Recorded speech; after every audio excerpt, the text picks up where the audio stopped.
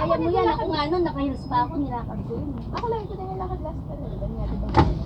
Shuttle po. Mag-a-apply po kayo, pakisulat yung pangalan ko. Employee ID number ko po. Pakilagay. Live na live. Bahaya sa ata. Ganun din ako nung nagpila ako sa ano eh, sa Angkor. Yung gumagalaw sa Angkor. dapat, dati.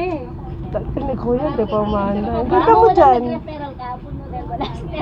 Ay, marami ka. 1 minute. Kaya ako muna, Bex. Bex, huwag mo muna pag-umandan na. Para ano, mas feel. Tapos napunta kay ate. Kay ate Me. Eh di maganda. Kay Grace dapat, wala pa si Grace. Ay, oo, marami. Lumalamig. Hindi na tayo abot. Hindi na. Sa shopping order. Ano yan? Wapen? Taray. May pudang